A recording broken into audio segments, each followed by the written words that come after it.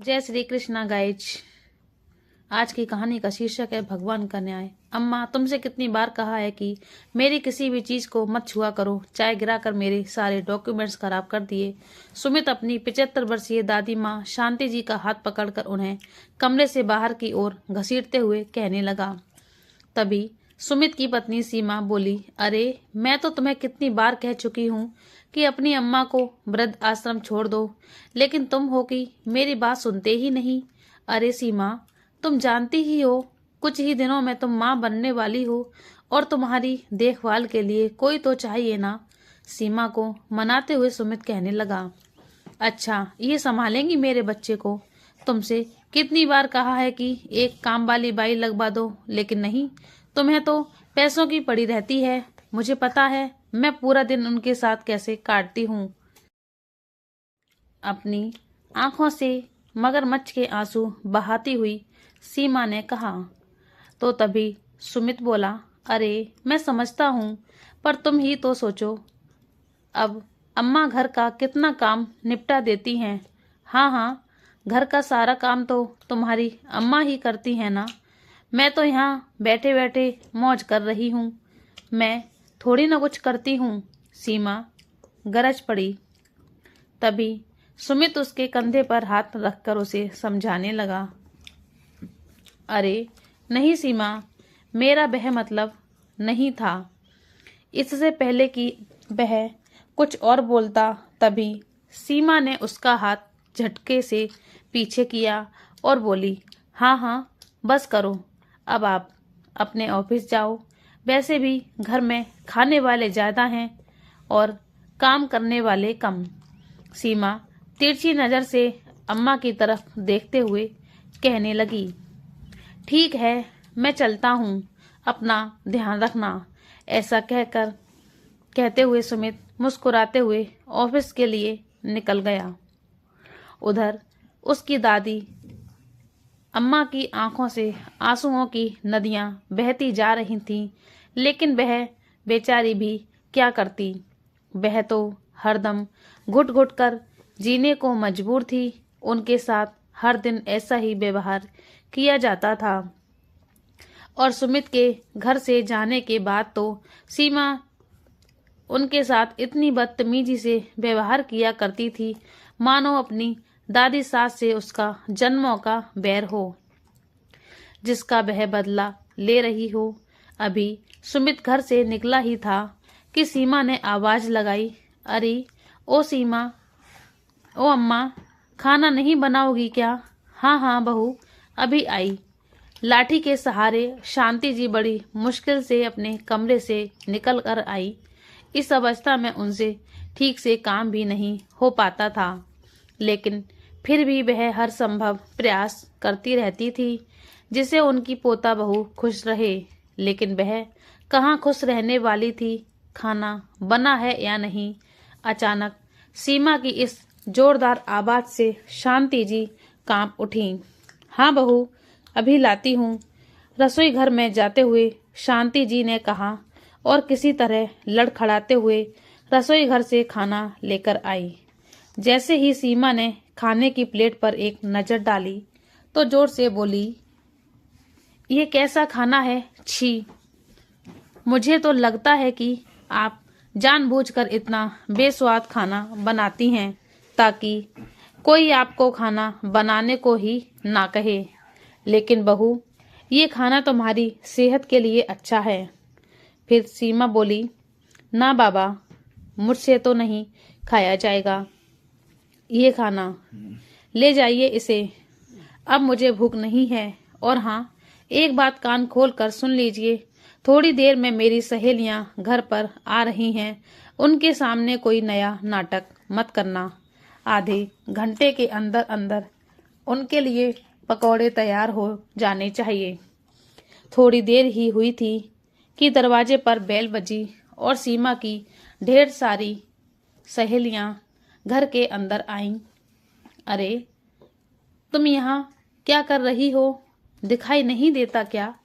मेहमान आए हैं, चाय पानी लेकर आओ, सीमा ने चिल्लाते हुए अम्मा से कहा।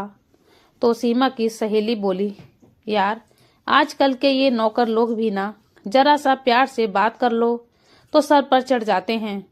थोड़ी देर में शांति जी पानी लेकर बाहर आईं तो अचानक उनका पैर मेज से टकरा गया और उनके हाथ से पानी की ट्रे छूटकर गिर गई।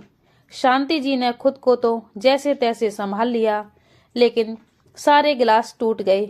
यह क्या किया? आपको पता भी है कितने महंगे गिलास थे। अब खड़े खड़े मेरा मुंह क्या देख रही हैं, इसे साफ कीजिए और चाय के साथ पकौड़े लेकर आइए। सीमा एक के बाद एक नए व्यंजन की फरमाइश करती जा रही थी और बेचारी शांति जी की हालत काम करते करते बद से बदतर होती जा रही थी। शाम होते ही सीमा बोली, अच्छा अब सुमित के आने का समय हो गया है, तुम सब जाओ। ठीक है यार, अगले हफ्ते मिलते हैं। ऐसा कहकर सभी सहेलियां एक दूसरे से बाय बोलकर निकल गईं। तभी सीमा की शैतान खोपड़ी में कोई नई चाल जन्म ले रही थी। वह जल्दी से शांति जी के पास गई और बोली, अम्मा मेरी वजह से आपको कुछ ज्यादा ही काम करना पड़ गया। अब आप जाइए और अपने कमरे में आराम कीजिए। तभी शांति जी बोली, लेकिन सुमित के आने का टाइम हो रहा है, उसके लिए भी तो खाना बनाना है ना। फिर सीमा ने सहानुभूति का नाटक करते हुए कहा, अरे नहीं, आपको भी आराम की जरूरत है, और अम्मा का हाथ पकड़कर कमरे की तरफ ले गई।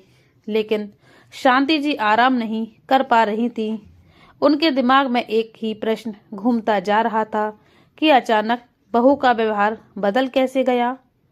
लेकिन थोड़ी ही देर में बाहर से रोने की आवाज आई तो शांति जी हैरान हो गईं और छड़ी के सहारे बाहर निकली तो देखा सुमित गुस्से से आग बबूला होते हुए उनकी तरफ ही बढ़ रहा था। उसे गुस्से में देखते ही शांति जी समझ गई कि जरूर सीमा ने कोई नई चाल चल दी है। आज तो ये गुस्सा मुझ पर फूटने ही वाला है। ये सोचकर जैसे ही शांति जी पीछे मुड़ने लगी, तभी सुमित ने कहा, माँ ये आपने क्या किया? आपको मालूम है ना कि सीमा माँ बनने वाली है, फिर भी आपने सीमा का नहीं तो ना सही मेरे बच्चे के बारे में तो सोचा होता। लेकिन क्या हुआ बेटा? डरते हुए शांति जी बोली तो सुमित उन दोनों हाथों से उनके कंधों को झकझोरता हुआ बोला, क्या किया है? बोल तो ऐसे रही हैं जैसे कुछ मालूम ही नहीं। उसी समय सुमित सीमा का हाथ दिखाते हुए बोला, यह देखो सीमा के हाथ में कितनी चोट लग गई है। उसकी हालत जानते हुए भी आप सारा काम उसी से कर। शांति जी ये देखकर हैरान थी कि सीमा के हाथ में पट्टी बंधी हुई थी और आंखों से मोटे मोटे आंसू बह रहे थे। मन ही मन सीमा सोच रही थी, जब तक इस बुढ़िया को वृद्ध आश्रम न भिजवा दूं, तब तक मैं भी चैन से नहीं बैठने वाली। तभी शांति जी ने कहा, माफ करना बेटा, कमजोरी के कारण खड़ा होना भी मुश्किल हो रहा था, इसलिए अभी आराम करने गई थी। अरे वाह, आप आराम करने गई थी? जान तो नहीं निकल गई थी ना? अगर आपने दोबारा ऐसी लापरवाही की तो मुझसे बुरा कोई नहीं होगा। बोलते हुए सुमित पैर पटकते हुए अपने कमरे में चला गया।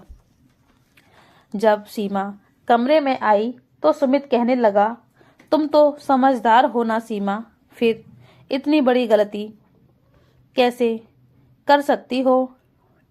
अगर माँ ने तुमसे काम करने को कहा था तो तुम्हें नहीं करना चाहिए था। आज अगर हमारे बच्चे को कुछ हो जाता तो? अरे ऐसे कैसे कुछ हो जाता? अम्मा बुजुर्ग हैं, हमें तो उनकी बात माननी चाहिए। तभी सुमित उस पर प्यार लुटाता हुआ बोला,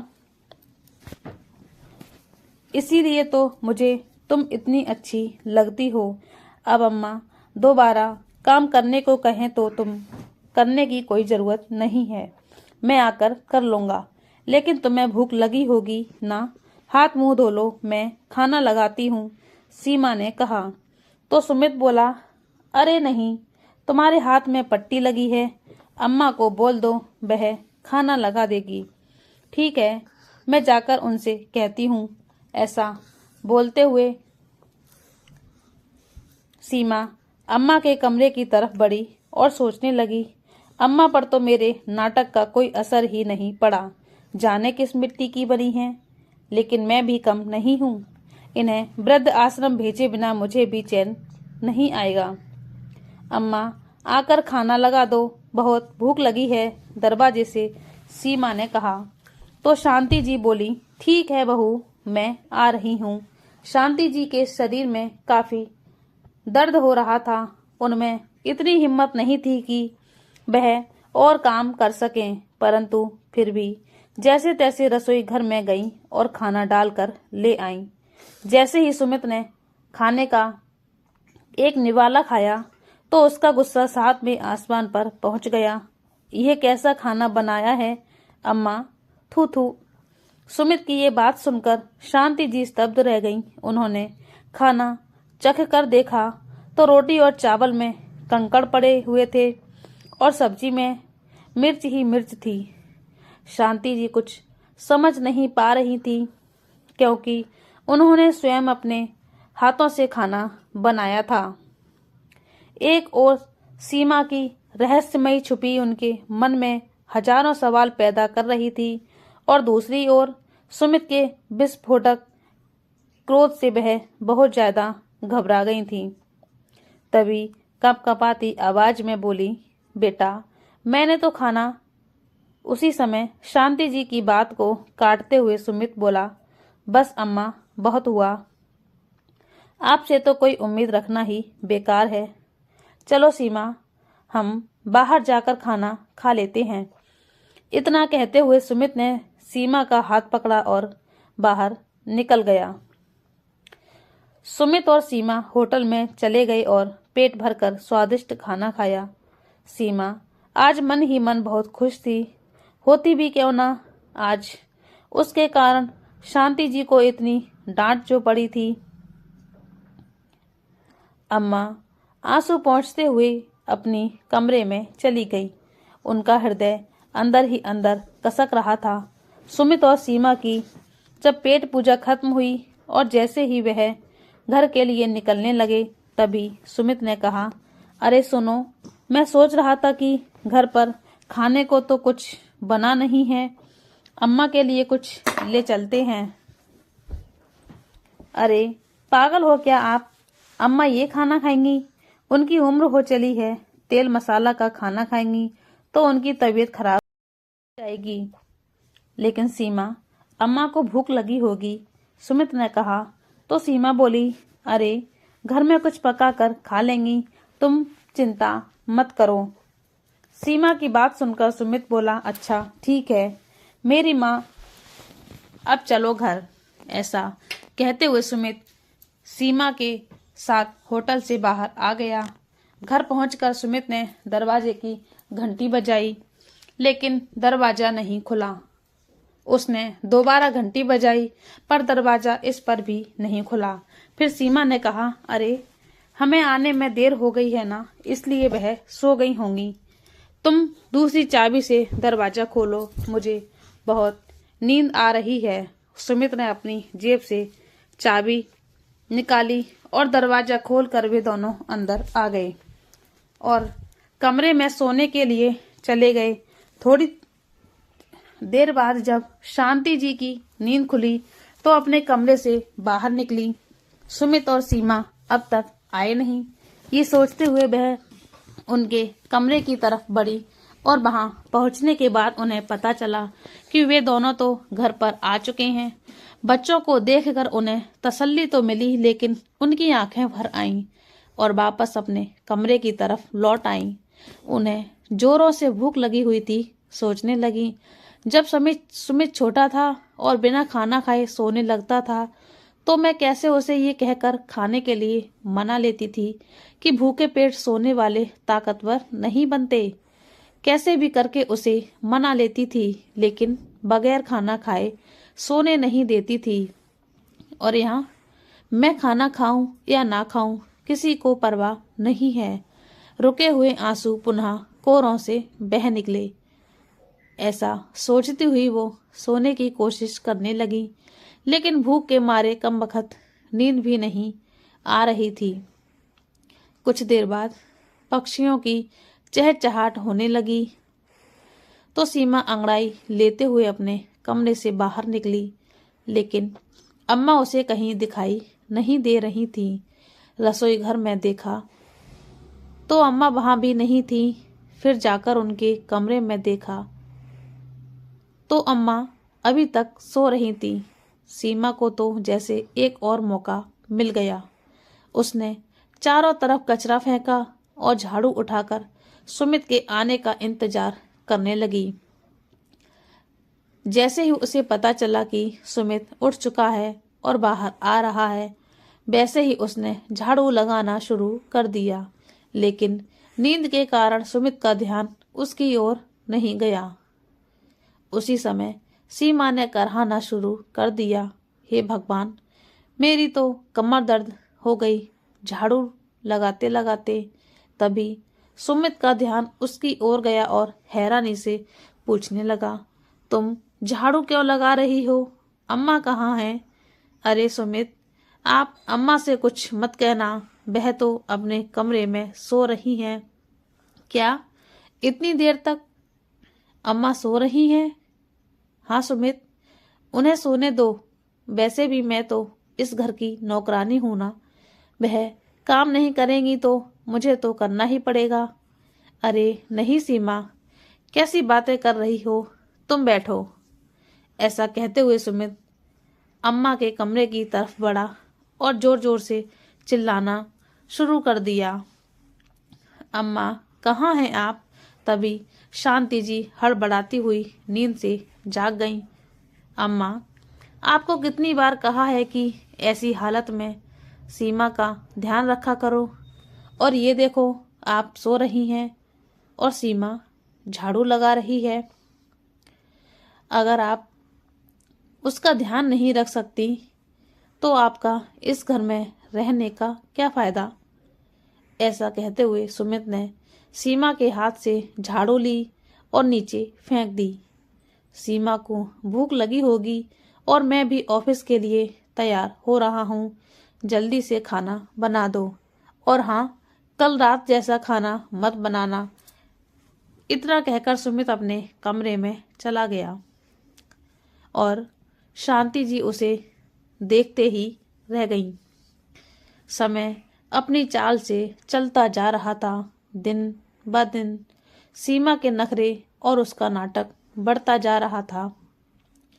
अब सीमा का 9वां महीना चल रहा था। उसे तेजी से सीढ़ियां चढ़ते देख अम्मा ने कहा, बहू, ये वक्त बहुत संभाल कर रहने का है, तुम ज्यादा सीढ़ियां मत चढ़ा करो और आराम से चला करो, नहीं तो बच्चे पर असर होगा।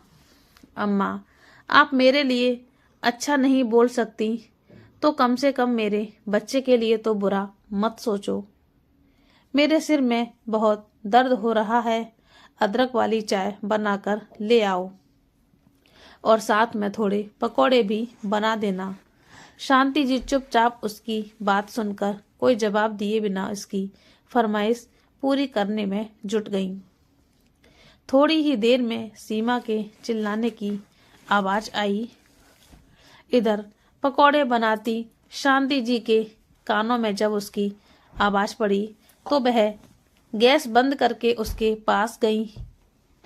क्या हुआ बेटा? अम्मा, बचा लो, मुझे बहुत दर्द हो रहा है। सीमा दर्द से छटपटा रही थी।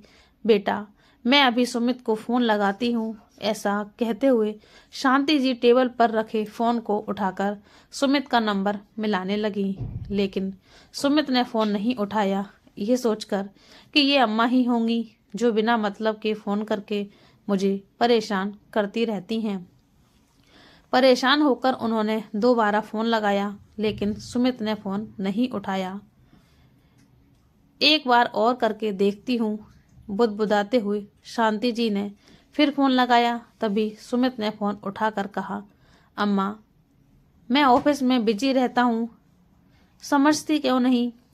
सुमित बेटा, वह सीमा, क्या सीमा? सीमा के अलावा आपको कुछ मिलता है या नहीं? अब दोबारा मुझे फोन मत करिएगा।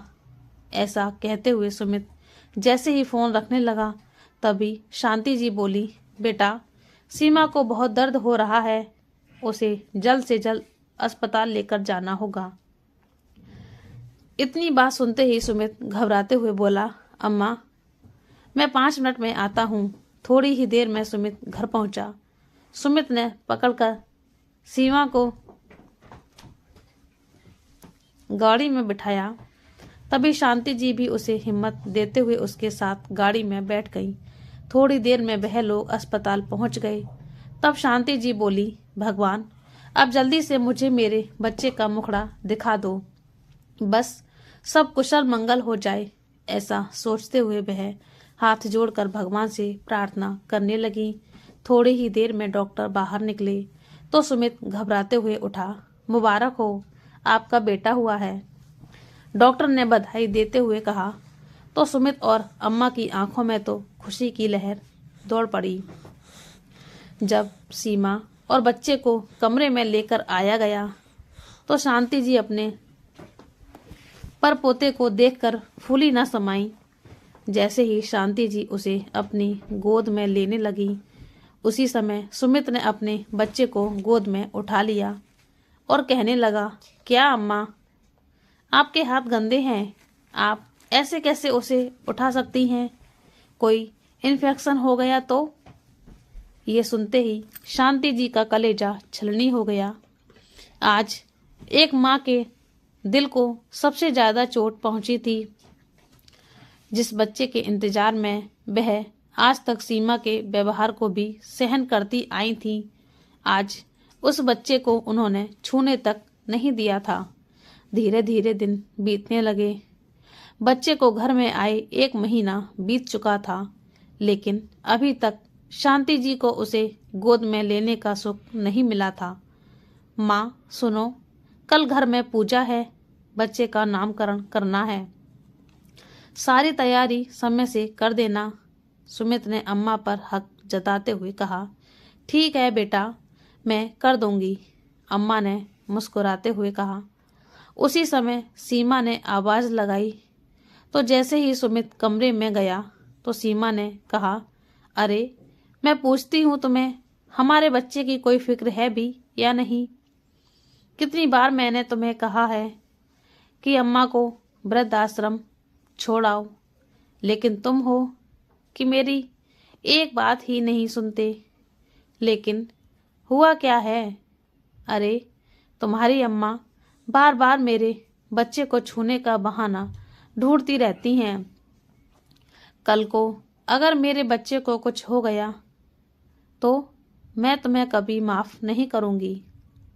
अरे बाबा, वह तो मुझे तुम्हारी चिंता थी, अब देखो घर का काम तो अम्मा कर ही देती है ना, अगर वह चली जाती तो सारा काम तुम्हें करना पड़ता। अब बच्चा 1 महीने का हो गया है तो कल पूजा के बाद मैं खुद ही उन्हें वृद्ध आश्रम छोड़ आऊंगा। कल क्यों, आज क्यों नहीं?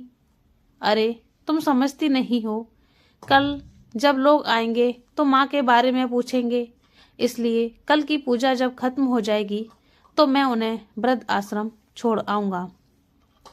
अगले दिन सुबह सुबह शांति जी पूजा की तैयारी करने लगीं, लेकिन उन्हें इस बात का बिल्कुल भी अंदाजा नहीं था कि आज उनका इस घर में आखिरी दिन है। सीमा के मायके वाले भी आ गए और पंडित जी भी। जब बच्चे के नामकरण की बारी आई तो शांति जी बड़ी आस से सुमित की ओर देखने लगी कि एक बार तो वह उनसे जरूर पूछने आएगा कि अम्मा बच्चे का नाम क्या रखें।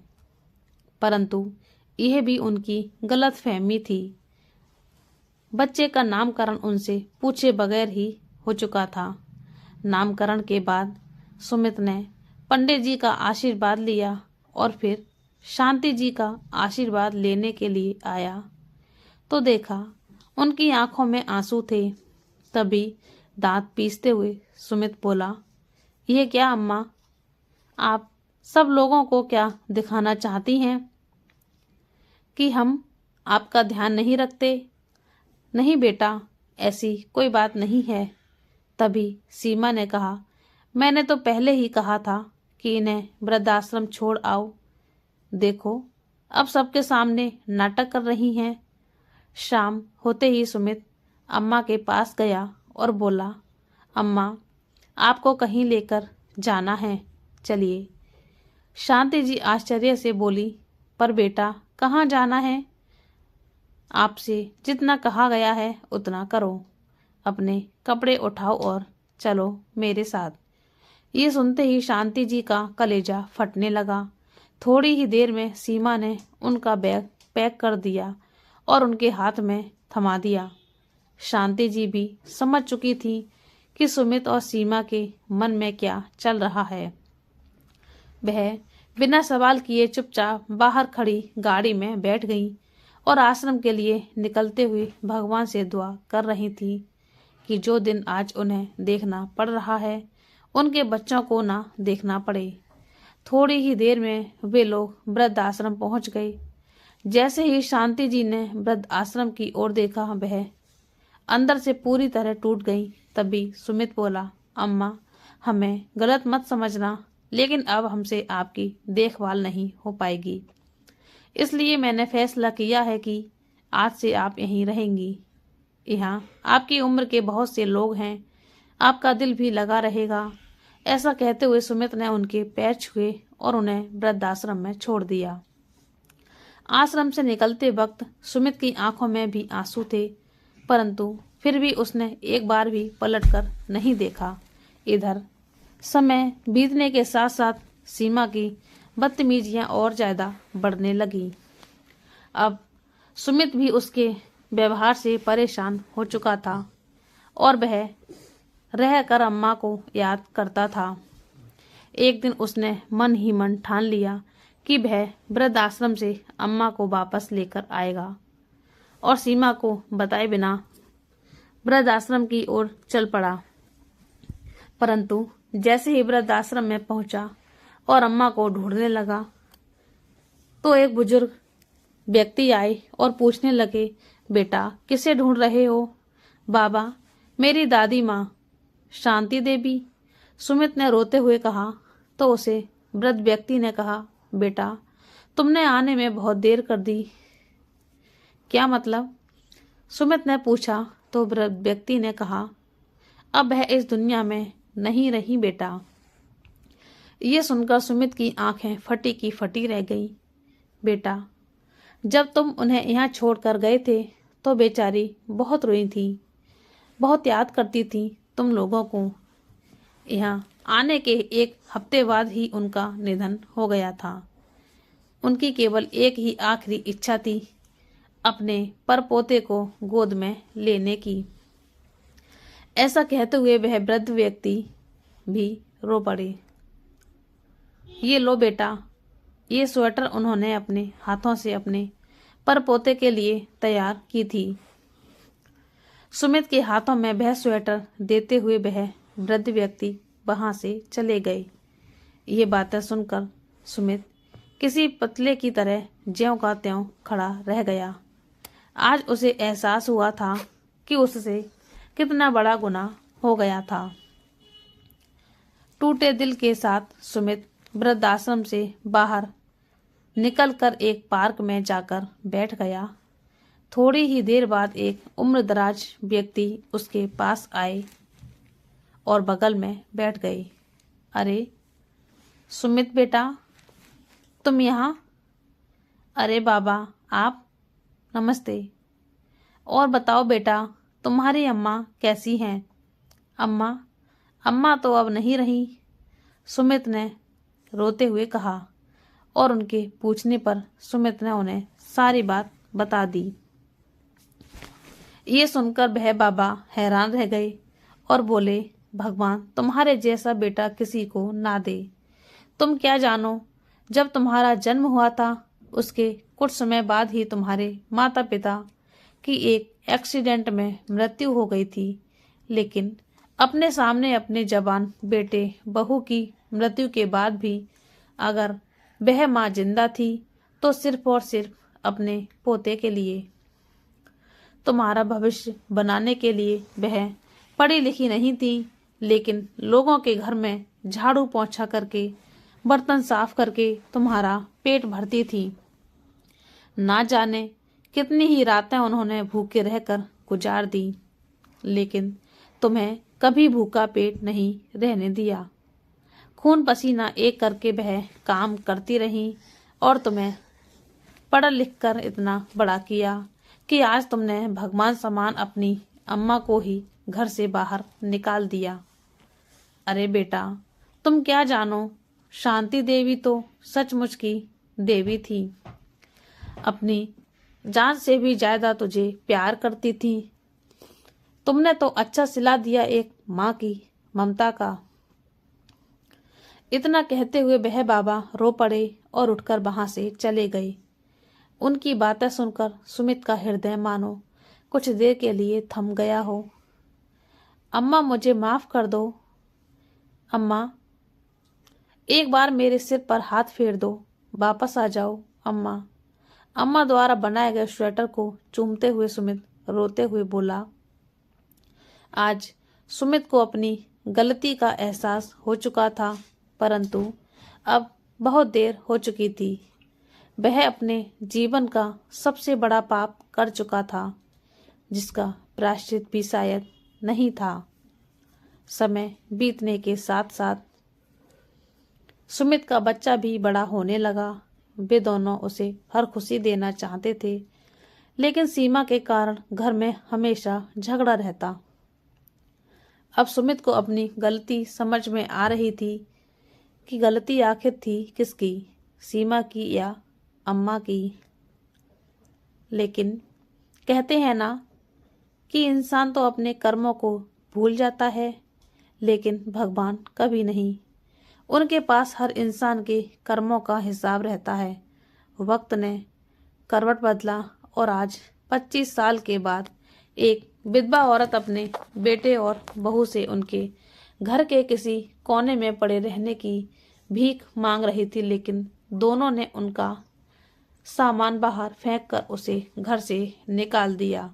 वह बूढ़ी विधवा और कोई नहीं बल्कि सीमा थी, जिसके पति सुमित की 2 साल पहले मृत्यु हो चुकी थी। सीमा को समझ आ रहा था कि आज मैं वहीं खड़ी हूं जहां कल अम्मा खड़ी थी। आज उसे एहसास हो रहा था कि वह अपने द्वारा किए गए कर्मों को ही भोग रही है। आसमान की तरफ मुंह करके चिल्लाने लगी और माफ़ी मांगने लगी। अम्मा, मुझे माफ़ कर दीजिए। अम्मा, मुझे माफ़ कर दीजिए। लेकिन उसकी खुद की ही आवाज़ गूंज गूंज कर वापस उसके कानों में आने लगी और उसे सुनाई देने लगा, जैसी करनी वैसी भरनी। तो दोस्तों, ये कहानी आपको कैसी लगी हमें कमेंट करके बताना। और आप हमारे चैनल पर नए हैं तो हमारे चैनल को सब्सक्राइब कर लीजिए और बेल आइकन को प्रेस कर दीजिए, ताकि हमारी कहानी आप तक पहुंचती रहे। कहानी को पूरा देखने के लिए धन्यवाद। जय श्री कृष्णा। राधे राधे।